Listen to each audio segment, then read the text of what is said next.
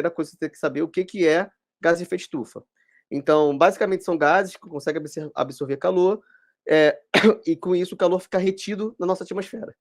Então, essa é a definição dos gases de efeito estufa, né? E o que acontece é que as nossas atividades humanas, emitem esses gases para a atmosfera. E com essa concentração de gases na atmosfera maior do que um período atrás, faz com que a Terra tenha mais calor na sua atmosfera do que um tempo atrás, e isso gera o aquecimento global. Em resumo, é isso, tá?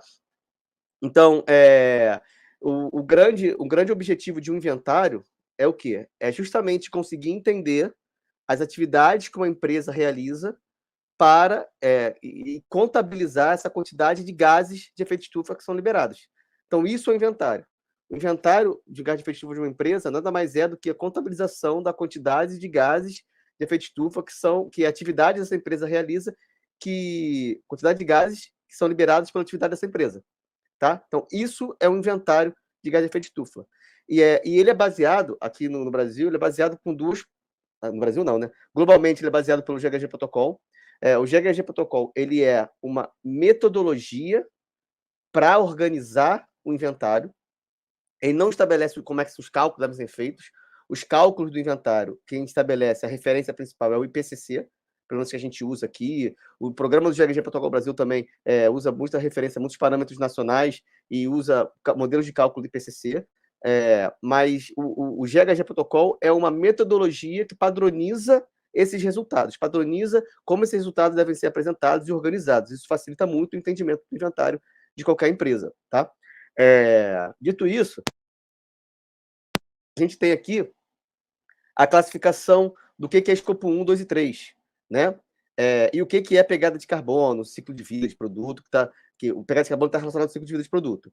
Então, basicamente, como eu disse no slide anterior, a gente tem que identificar quais são as atividades que emitem gases de efeito estufa. As atividades principais, as atividades diretas da empresa, ou seja, a empresa de fato emite esse gás de efeito estufa, por exemplo, ela queima o combustível no carro dela, no carro da empresa, é escopo 1. As indiretas, ou seja, é gerado em outra atividade, mas que estão relacionadas ao consumo de energia da empresa, é escopo 2. É indireta por quê? Porque é o ato de gerar a energia que emite gás de efeito estufa, não o ato de consumir essa energia. Então, é uma emissão indireta, escopo 2. E escopo 3 é tudo que está relacionado às emissões na cadeia de valor da empresa. Contrato de fornecedor, atividades upstream, transporte e distribuição, e no downstream, que é depois do portão da empresa, né? Distribuição, uso de um produto, fim de vida, e por aí vai. Então, isso é o escopo 1, 2 e 3. Estou passando bem resumido aqui, mas essa live que está mais completa explica um pouquinho melhor. E que é diferente, quando a gente fala de inventário, a gente está calculando o inventário de gás de efeito estufa da empresa, que pode ter várias atividades. Quando a gente fala de pegada de carbono, normalmente é associado a um produto. Então, qual é a emissão que aquele produto emitiu, né? Qual a quantidade de gás de efeito estufa que aquele produto emitiu em todo o ciclo de vida. Então, essa linhazinha de produto A, que pega o upstream, o core, que é o escopo 1 e 2, e o downstream, se for pegar uma fatiazinha só disso, que está relacionado à produção de um produto, até mesmo de um serviço, isso é a pegada de carbono. Então, é importante entender a diferença, tá? Do que é o inventário de gás de efeito estufa de uma empresa, que tem a ver com as atividades da empresa, e o que é pegada de carbono, que tem mais a ver com um produto, o serviço, tá? Eu vou falar aqui especificamente de inventário, não de pegada de carbono, apesar das vezes o termo pegada de carbono ser utilizado também para inventário. Essa definição é muito importante, tá? Porque é um conceito que ajuda a clarear o que você está fazendo. Bom, aqui é só um resumo do que é escopo 1, 2 e 3, eu não vou entrar no mérito aqui. Vale a pena falar nessa introdução de quais são os gases de efeito estufa. Então, a gente está acostumado a escutar CO2, né? Mas existem outros gases de efeito estufa, muitos outros, porque, lembrando do conceito lá, é o gás que quando está liberado na atmosfera, ele consegue absorver o calor. O calor que era bater na Terra e voltar para o espaço, ele fica retido porque ele bate nessa camada de gás.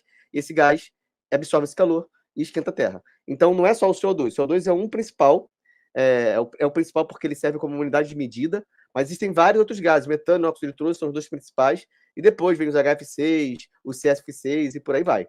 Beleza? Então, são vários gases que a gente tem que contabilizar a emissão para fazer o inventário de gás de efeito estufa. E aí tem um conceito que é extremamente importante, que é o conceito de GWP, que é Global Warming Potential, que nada mais é do que comparar um gás de efeito estufa com o CO2. Então, essa imagem assim, é bem clara, que mostra que o objetivo, se eu emitir 1 kg de CO2, eu emitir 1 kg de metano, se eu fizer a comparação da quantidade de calor que o metano consegue absorver, comparado com o CO2, ele consegue absorver 28 vezes mais calor do que o CO2. 1 kg de metano consegue absorver 28 vezes mais calor do que o CO2, de acordo com o GWP do IPCC 2013. Então, quando a gente emite o metano, por exemplo, 1 kg de metano, a gente tem que transformar isso para uma unidade comum, que é justamente o CO2 equivalente. Então, quando a gente fala, a gente tem, nesse caso aqui, 29 kg de CO2 equivalente, esse 29 kg pode ser 1 de CO2 e 1 de metano, porque 1 de metano é igual a 28 de CO2. Beleza? Então, essa informação do GWP é muito importante, porque a gente consegue transformar uma unidade, a emissão de vários gases diferentes em CO2. Tá? E para você ter ideia da importância disso, tá? O R410, que é um gás muito utilizado para sistemas de refrigeração, um botijãozinho dele tem 11 quilos. O GWP desse gás é 1924.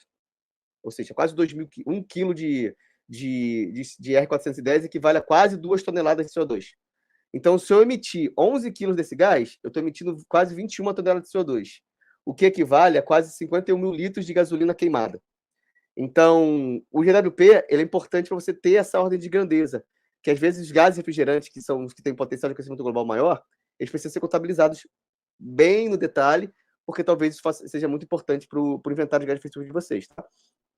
Então, sobre o potencial de aquecimento global, aqui eu falo um pouco também sobre o biogênico, que é importante saber o que é CO2 biogênico.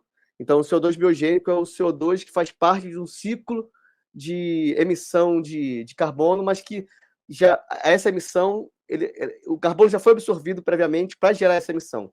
Então, por exemplo, um biocombustível que veio, por exemplo, da cana-de-açúcar, que é essa imagem aí, ele teve uma plantação, essa cana-de-açúcar absorveu carbono para crescer a planta, essa cana, esse material, foi para a indústria, gerou etanol e foi queimado, esse CO2 voltou para a atmosfera. Então, por ele já ter sido absorvido previamente, e depois ele foi emitido como queima de combustível, a gente considera isso como um carbono biogênico. Ele é um carbono que, obviamente, absorve calor, né? É um CO2 que absorve calor, porém, é um CO2 que já foi absorvido previamente. Então, a gente não considera ele como se fosse fóssil, não biogênico, né? Não necessariamente fóssil. Tem mudança de uso de solo também contribui com mudanças climáticas. O que é importante a gente entender é que qual é o estoque de carbono que está sendo liberado e que não estava antes na atmosfera. Então, por exemplo, quando eu pego uma emissão de um petróleo, de uma gasolina que veio do petróleo, esse carbono estava estocado lá no poço de petróleo. Ele não estava na atmosfera.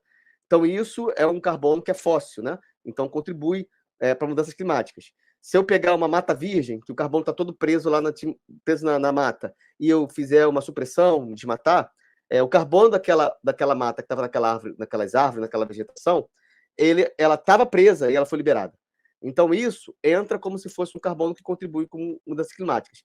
Então, a diferença, você tem que entender de carbono biogênico, não, os dois são carbonos, os dois absorvem calor, mas um faz parte de um ciclo de absorção e emissão, então a gente pode considerar ele como um carbono separado dos que, de fato, contribuem com o impacto de mudanças climáticas.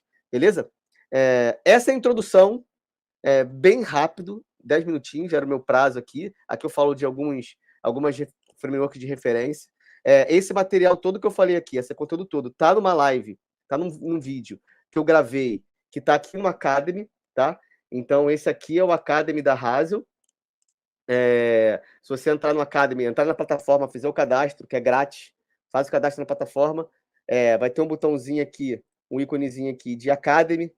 Vocês entram no Academy, vai ter todo esse conteúdo aqui, e aí tem um curso sobre gestão de emissão de gás de efeito estufa, e essa aula eu falo justamente aqui, ó, na introdução, cálculo de gases de efeito estufa, tá?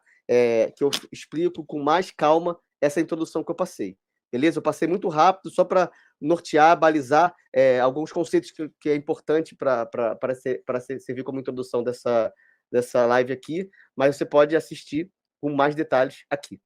Beleza?